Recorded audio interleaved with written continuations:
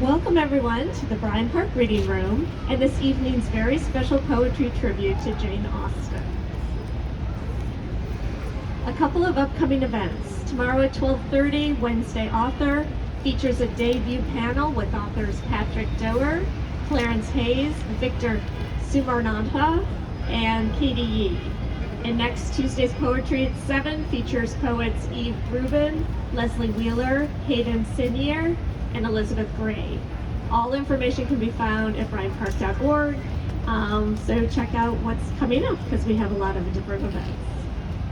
A couple of thank yous. John Fuller from Kinnickinnia Books is here. Yay! Thank you to our independent bookstore and retail partner.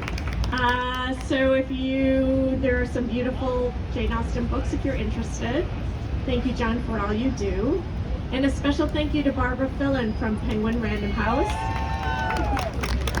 for the books and for your help on tonight's program, along with Erica Hennigan from Out of Print.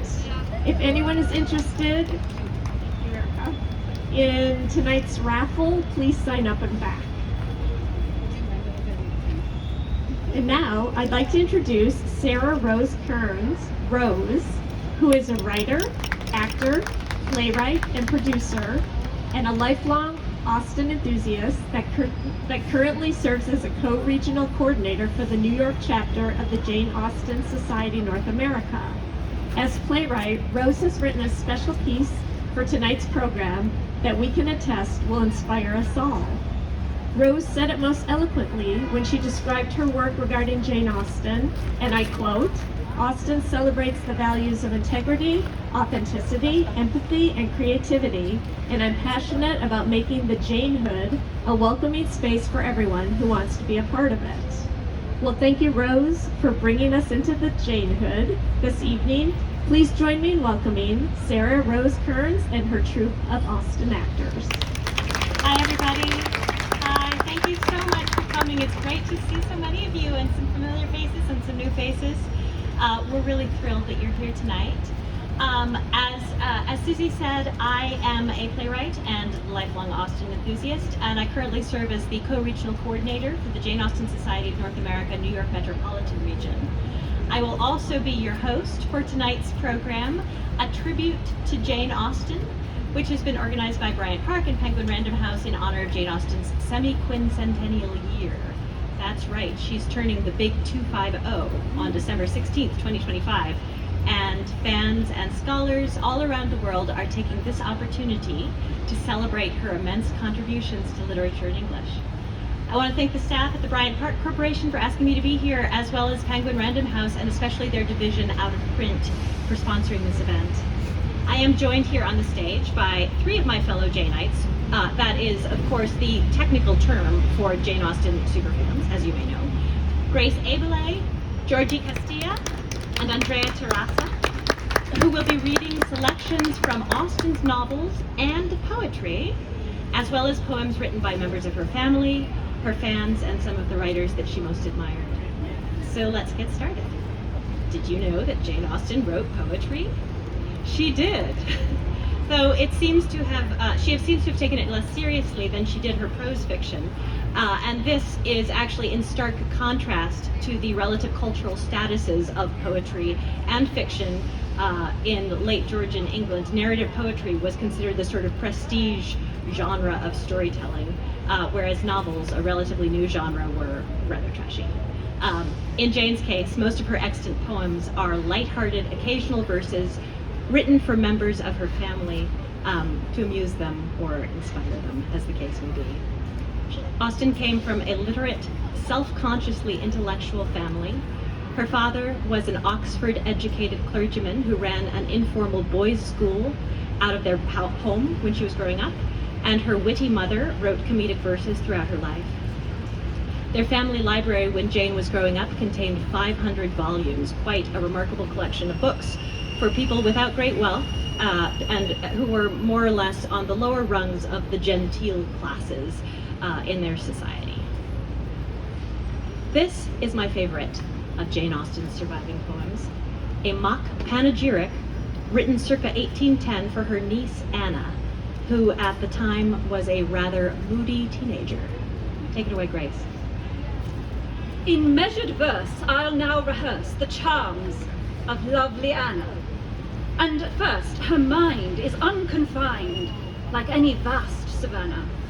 Ontario's lake may fitly speak her fancy's ample bound. Its circuit may, on strict survey, 500 miles be found. Her wit descends on foes and friends, like famed Niagara's fall, and travellers gaze in wild amaze, and listen, one and all. Her judgment, sound, thick, black, profound, like transatlantic groves, dispenses aid and friendly shade to all that in it grows. If thus her mind to be defined America exhausts, and all that's grand in that great land in similes it costs, oh, how can I her person try to image and portray? How paint the face, the form how trace, in which those virtues lay? Another world must be unfurled, another language known, ere tongue or sound can publish round her charms of flesh and bone. Our next selection is a poem by Anna herself, composed at the same period as Jane's ode to her. As we'll see, it's a bit more conventional and self-serious than Jane's piece. Anna Austen would have been about 17 at the time, and she was in a season of romantic turmoil, having just broken off an engagement. Sweet is the hour of morning dawn, ere yet the dew has left the lawn. Sweet is the verdant noontime hour, when sings each bird and smiles each flower. But to the heart that's sad like mine, far sweeter the hour of day's decline. Bright soul is sunk behind the trees, soft is the sky and soft the breeze. No sound but that of distant bells, which oft the gentle zephyr swells. With rising hopes the mind they fill, but hark! They pause, and all is still. Nature is tranquil, but my mind to unavailing grief consigned, tranquility nor rest can find. Though not one of Austen's characters writes poetry, several of her young lady heroines do share Anna's penchant for it. Marianne Dashwood in Sense and Sensibility, Fanny Price in Mansfield Park, and Anne Elliot in Persuasion, all effuse about the work of published poets, and we're going to take a quick tour through each of those three novels this evening. Though neither one is often read today, Jane Austen's own favorite poets seem to have been William Cooper and George Crabbe. Her characters read, quote, and discuss them in almost every one of her novels, along with the better-known Robert Burns, Walter Scott, and Lord Byron. These proto-romantic and romantic poets don't seem to have influenced Austen's own lighthearted poetry, but their influence is visible in the writings of her eldest brother James, who was the father of Anna, who also wrote verses celebrating nature, many of which survive. Their mother, Mrs. Austen, actually considered him the writer of the family.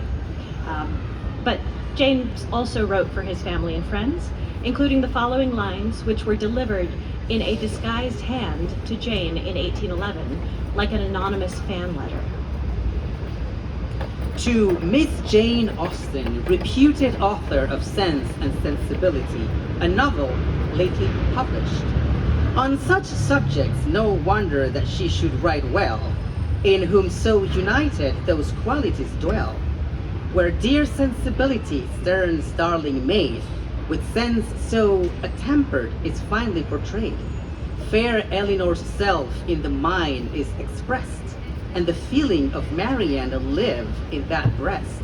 Oh then, gentle lady, continue to write, and the sense of your readers to amuse and delight. Sense and Sensibility is, of course, Jane Austen's first published novel from 1811. In it, she studies the characters of two contrasting sisters, the rational Elinor and romantic Marianne, the latter of whom, naturally, is an enthusiast for poetry.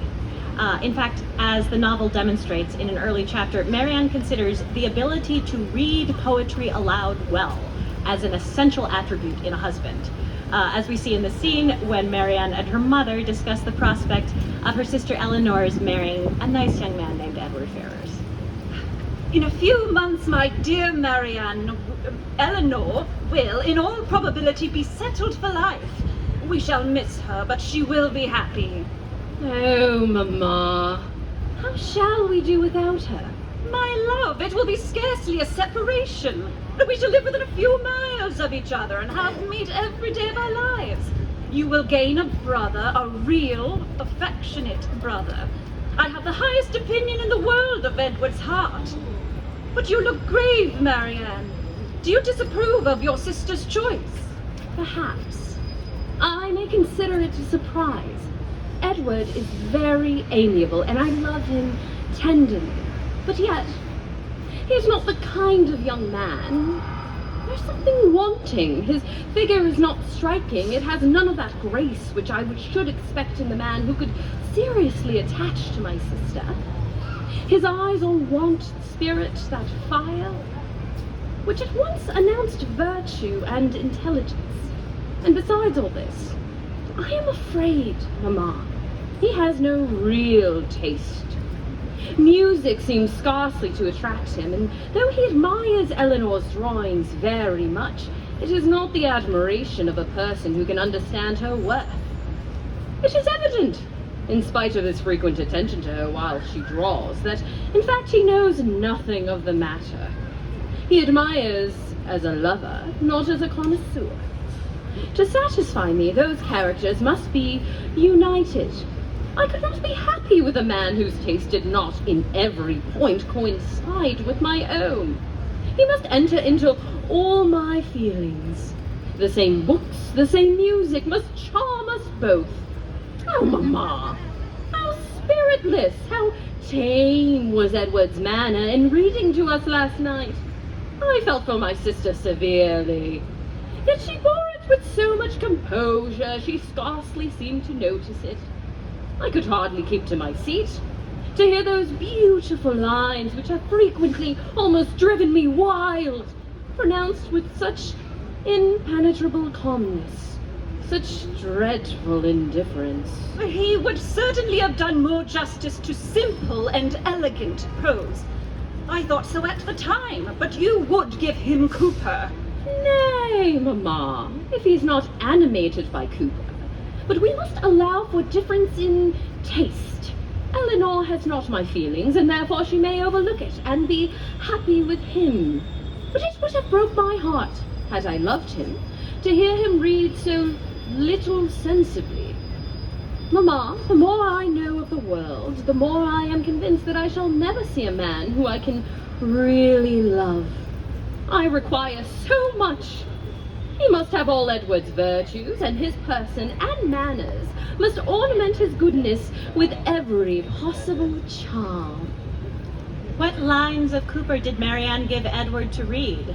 Jane Austen doesn't tell us in Sense and Sensibility, but perhaps she was thinking of his poem The Castaway, which is actually used in the 1995 film adaptation of Sense and Sensibility, written by Emma Thompson. This is the tail end of that poem, which narrates the story of a sailor who has been flung overboard in a deadly Atlantic storm. He long survives who lives an hour in ocean self-upheld, and so long he with unspent power his destiny repelled, and ever as the minutes flew entreated help or cried adieu.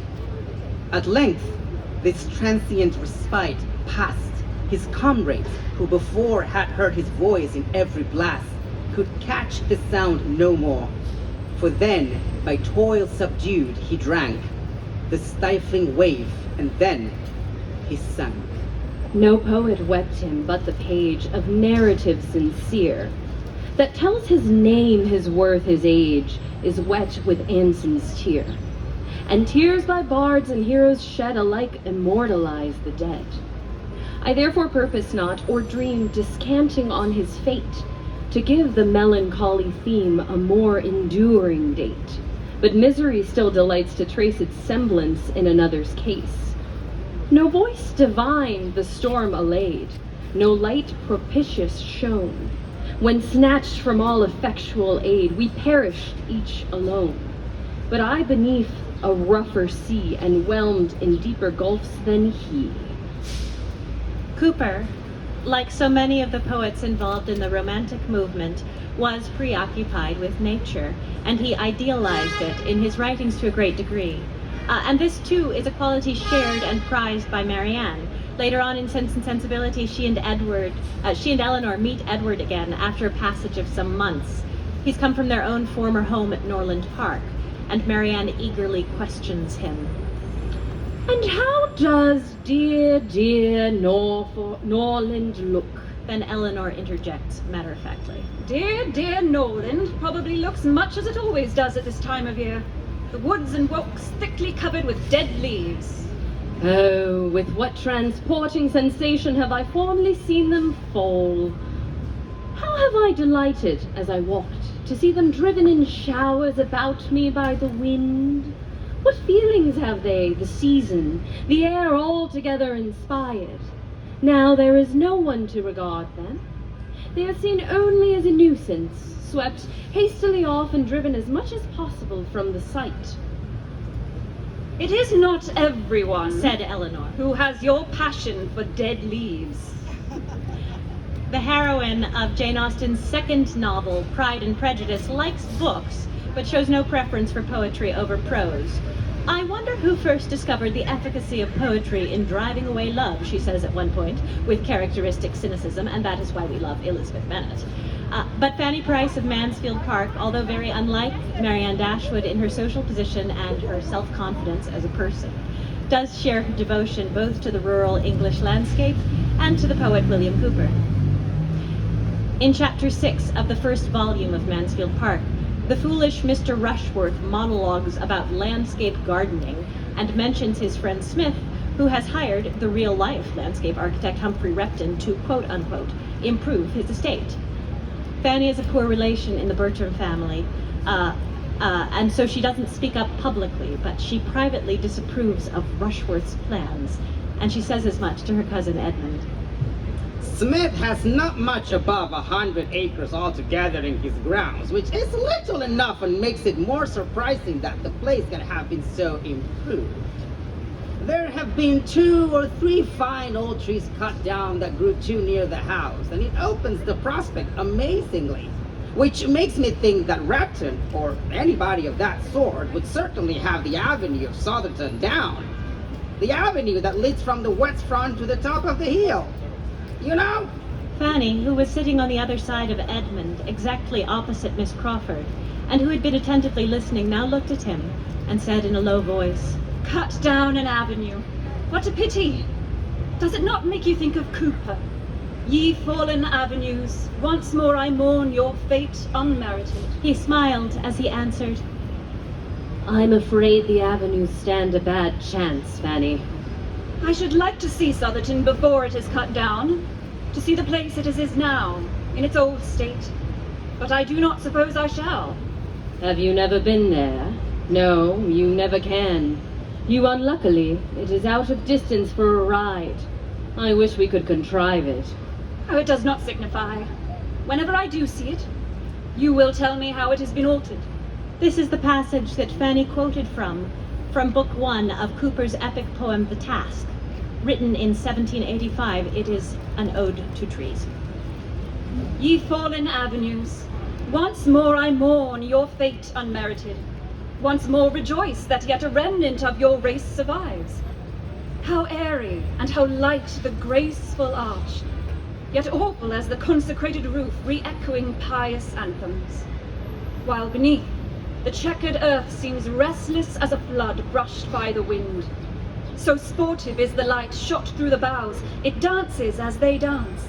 Shadow and sunshine intermingling quick, and darkening and enlightening, as the leaves play wanton, every moment, every sweat. And now, with nerves new braced and spirits cheered, we tread the wilderness, whose well-rolled walks, with curvature of slow and easy sweep, deception innocent give ample space to narrow bounds. The grove receives us next, between the upright shafts and whose tall elms we may discern the thresher at his task. Thump after thump resounds the constant flail that seems to swing uncertain and yet falls full on the destined ear. Wide flies the chaff, the rustling straw sends up a frequent mist of atoms, sparkling in the noonday beam. Later on in Mansfield Park, Fanny echoes Cooper's sentiments in a burst of poetic prose. This is pretty, very pretty, Said Fanny, looking around her as she and Mary Crawford were thus sitting together one day. Every time I come into this shrubbery, I am more struck with its growth and beauty. 3 years ago, this was nothing but a rough hedgerow along the upper side of the field, never thought of as anything or capable of becoming anything. And now it is converted into a walk.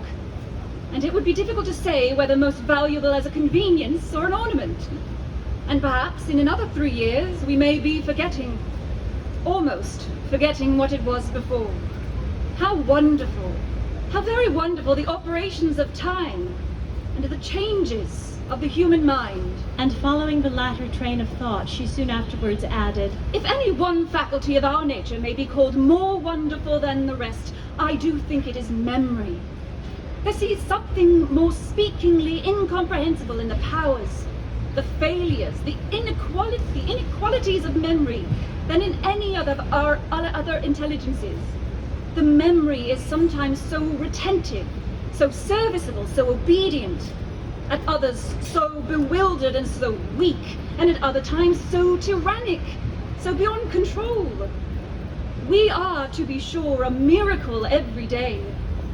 But our powers of recollecting and of forgetting do seem peculiarly past finding out. Miss Crawford, untouched and inattentive, had nothing to say, and Fanny, perceiving it, brought back her own mind to what she thought must interest.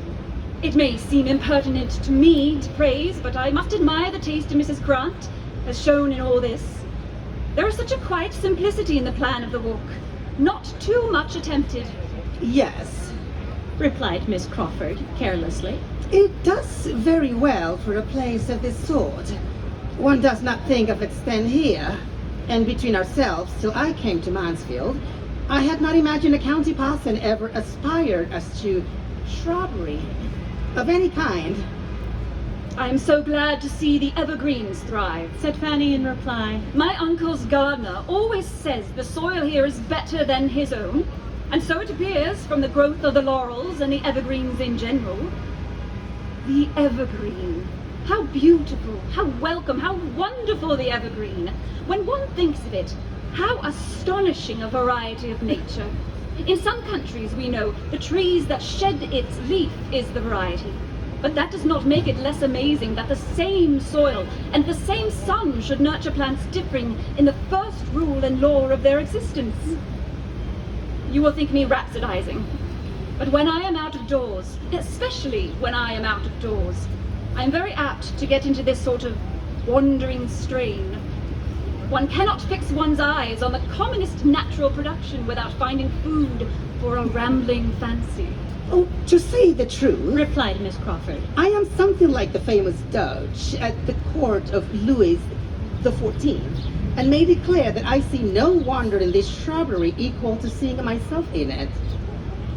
The protagonist of Jane Austen's next book, Emma Woodhouse, is perhaps more like Mary Crawford than Fanny Price.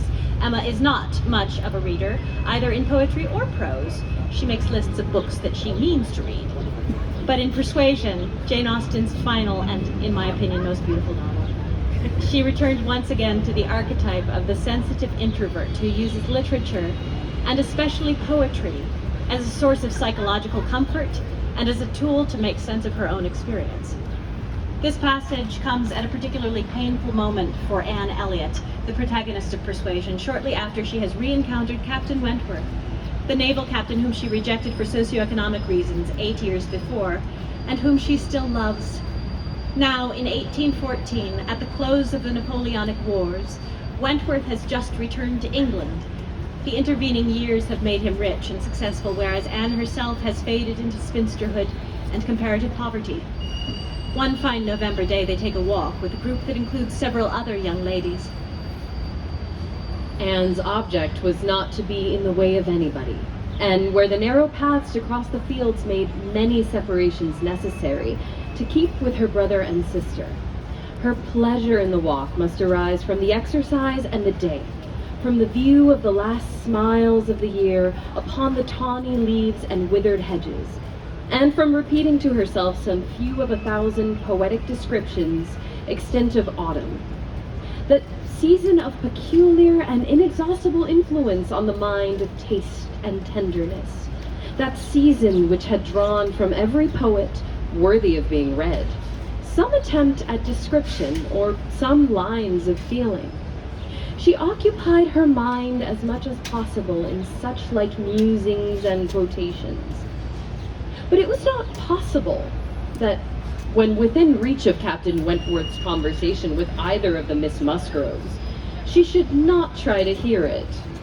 Austen does not tell us which poetical descriptions Anne Elliot was thinking of, but perhaps they included this sonnet by the poet and public intellectual Anna Seward, written in 1799. Behold that tree in autumn's dim decay, stripped by the frequent chill and eddying wind, where yet some lonely leaves we find lingering and trembling on the naked spray, 20 perchance, for millions whirled away. Emblem, alas, too just, of humankind, vain man expects longevity designed for few indeed, and their protracted day. What is the worth that wisdom does not scorn? The blasts of sickness, care, and grief appall, that laid the friends in dust, whose natal morn rose near their own, and solemn is the call, yet like those weak, deserted leaves forlorn, shivering, they cling to life, and fear to fall. Later on in Persuasion, Anne's perspective changes when she meets Captain Benwick, another gentle soul who shares her taste for Scott and Byron. They meet one another through mutual friends at the seaside resort of Lyme Regis on the Jurassic coast. While Captains Wentworth and Harville led the talk on one side of the room, and by recurring to former days supplied anecdotes in abundance to occupy and entertain the others, it fell to Anne's lot to be placed rather apart with Captain Benwick, and a very good impulse of her nature obliged her to begin an acquaintance with him. He was shy and disposed to abstraction, but the engaging mildness of her countenance and gentleness of her manners soon had their effect, and Anne was well repaid the first trouble of exertion. He was evidently a young man of considerable taste in reading, though principally in poetry. And besides the persuasion of having given him at least an evening's indulgence in the discussion of subjects which his usual companions had probably no concern in, she had the hope of being really used to him in some suggestions as to the duty and benefit of struggling against affliction, which had naturally grown out of their conversation. This scene is not rendered in dialogue in Persuasion. In fact, although Captain Benwick is a very significant character, he is one of the few people in Austen's novels whom we never hear speak. So I am taking the liberty of sharing a passage from my own stage adaptation of Persuasion, in which Benwick does talk. Yet, all the same, sir, I shall venture to hope you do not always and only read the works of Lord Byron. No, of course not. I read Mr. Mr. Scott? How did you know? Who else do you like? Oh, don't say Pope. I shall be so disappointed. Indeed, Captain Benwick, I cherish the works of many writers. And yet I have come to believe that, what shall I say? I think it is the misfortune of poetry to be seldom enjoyed safely by those who enjoy it completely. Tell me, what do you mean? Why, that those persons whose feelings are strongest, which feelings estimate the merits of a poem most truly, they are the very ones that ought to taste of it, but sparingly. It may be a dangerous pleasure to the right kind of mind. I mean, as a heightener, a prolonger. What are you afraid of? What I suppose I'm afraid of forgetting my duty. Forgetting that we ought all to struggle against affliction, and not indulge in useless regrets. Against some afflictions, the struggle must be all in vain. Whilst I live, I can never cease to love her, to regret her. Afterwards, Austen's narrator goes on to tell us, When the evening was over, Anne could not but be amused at the idea of her coming to Lyme, to preach patience and resignation to a young man whom she had never seen before. Nor could she help fearing, on more serious reflection, that, like many other great moralists and preachers, she had been eloquent on a point in which her own conduct could bear ill examination. In their discussion of the two hottest poets of the day, Walter Scott and Lord Byron, Captain Benwick shows himself, quote, intimately acquainted with the tenderest songs of the one poet and the impassioned descriptions of hopeless agony of the other. Perhaps he recited for Anne this tender song from Walter Scott's epic, The Lady of the Lake, which came out in 1810. He is gone on the mountain. He's lost to the forest like a summer-dried fountain, where our need was the sorest. The fount reappearing from the raindrops shall borrow, but to us comes no cheering, to Duncan no morrow. The hand of the reaper take the ears that are hoary, but the voice of the weeper wails manhood in glory. The autumn winds rushing waft the leaves that are fairest, but our flower was in flushing when blighting was nearest. Fleet foot on the corray, sage counsel in cumber, red hand in the foray. How sound is thy slumber, like the dew on the mountain, like the foam on the river, like the bubble on the fountain, thou art gone and forever. Incidentally, not long after Walter Scott published The Lady of the Lake, he moved away from narrative poetry and went on to become, by far, the most popular novelist of his day. Jane Austen was not particularly pleased when his first novel, Waverley, came out in 1814, as she wrote acerbically to her niece Anna.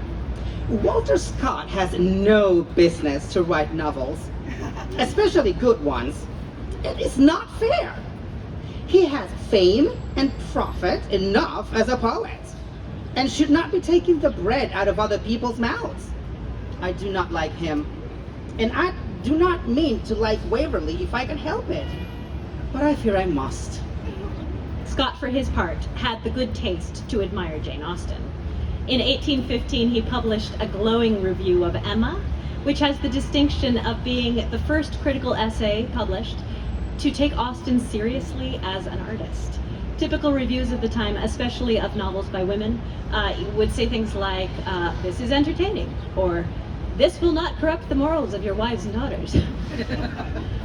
But in his piece on Emma, Scott praised Austen's novels for their literary achievements, their psychological realism, and he portrayed her as the forerunner of a new movement in fiction.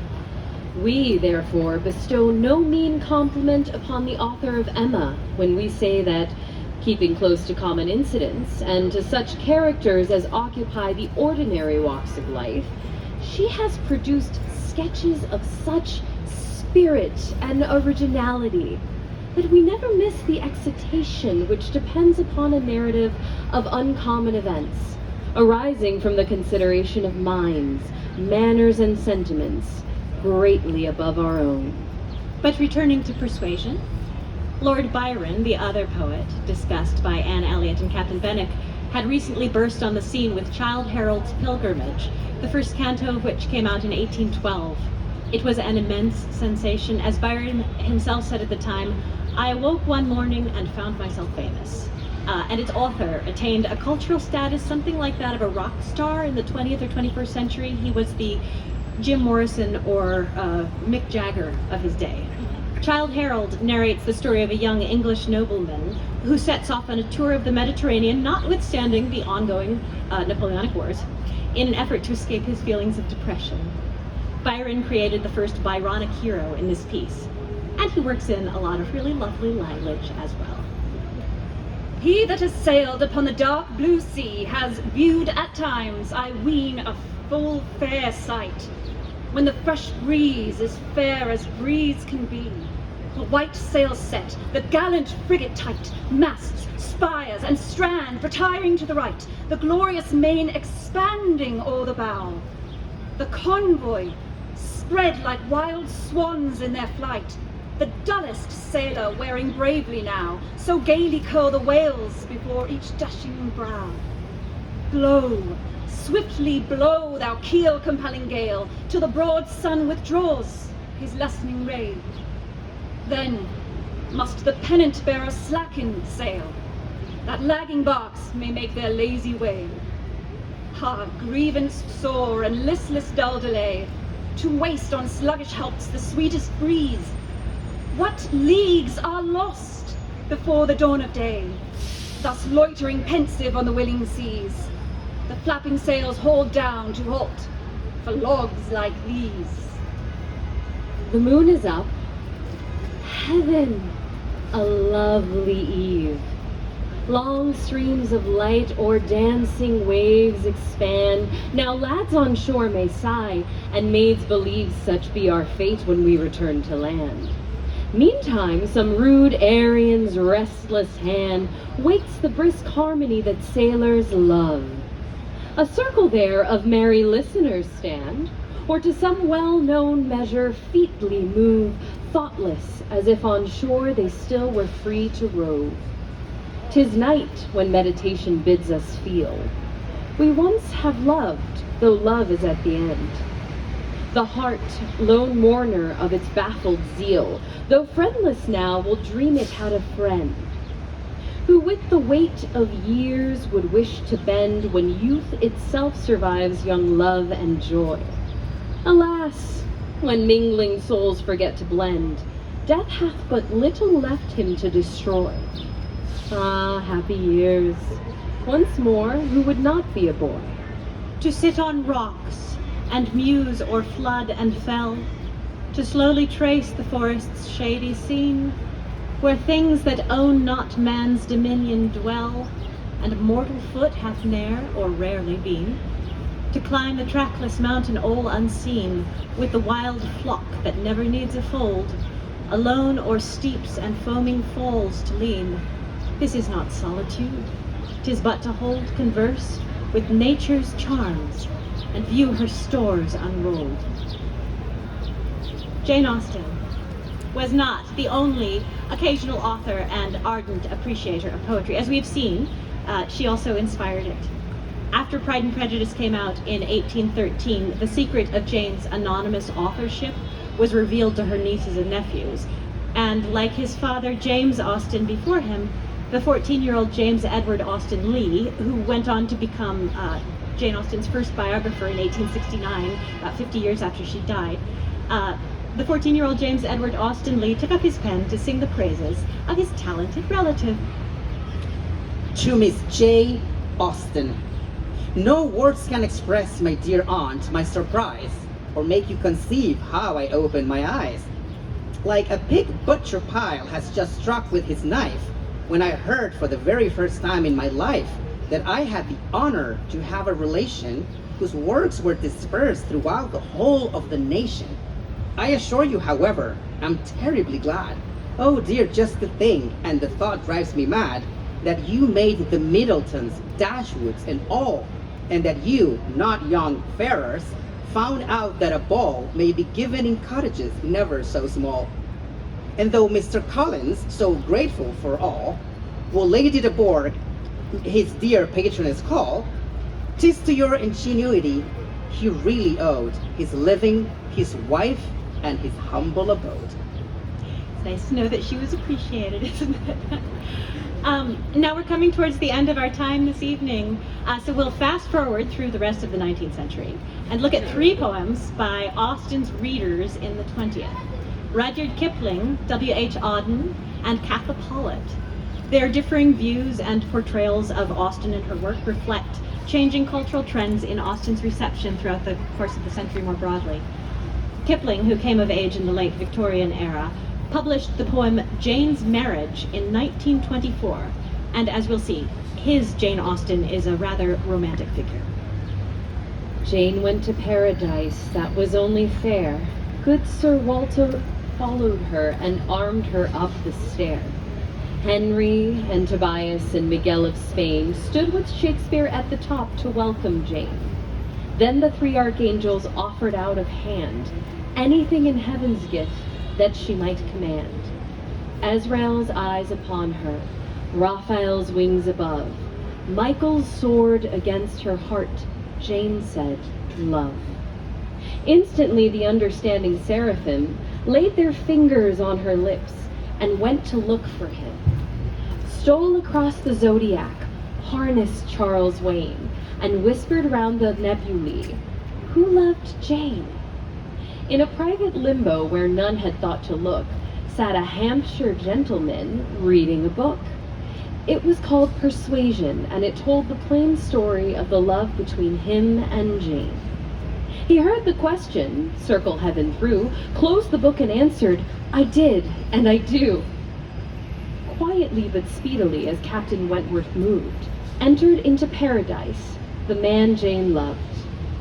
Jane lies in Winchester, blessed be her shade. Praise the Lord for making her, and her for all she made. And while the stones of Winchester or Milsom Street remain, glory, love, and honor unto England's Jane.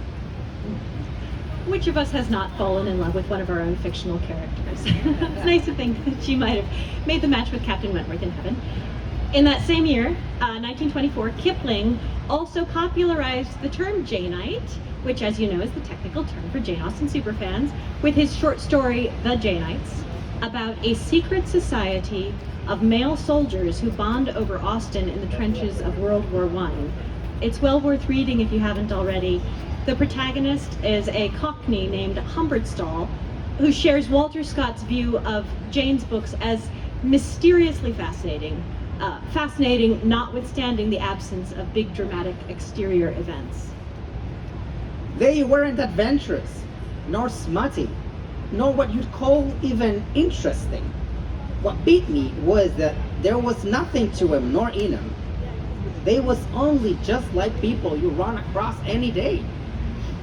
Only 13 years later, in 1937, the modernist poet W.H. Auden also praised Austen in verse, though in starkly different terms from Rudyard Kipling's England's Jane.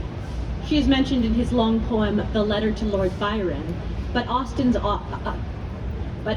Austen is no romantic, rather a sharp-eyed satirist. There is one other author in my pack. For some time I debated which to write to, which would be least likely to send my letter back.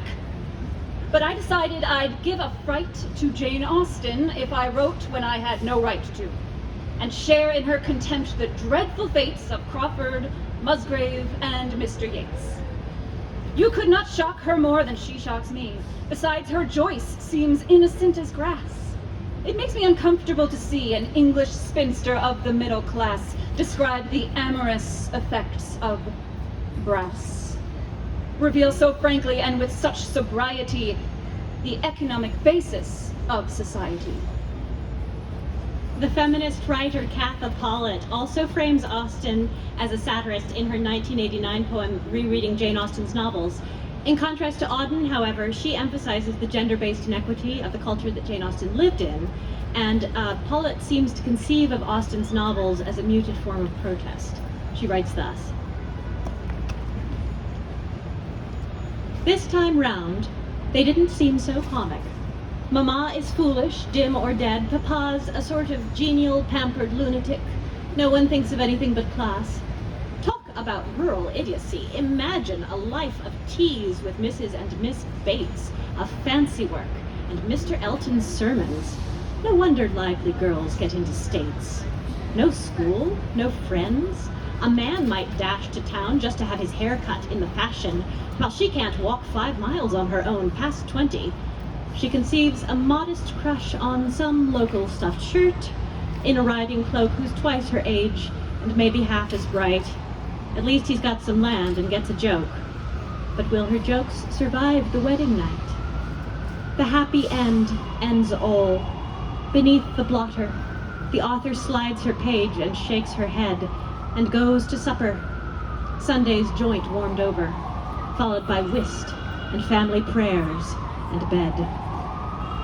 And that is our program.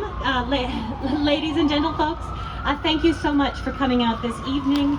Please join me in a round of applause for our readers, Grace Abele, Andrea Terrasa, and Georgie Castilla.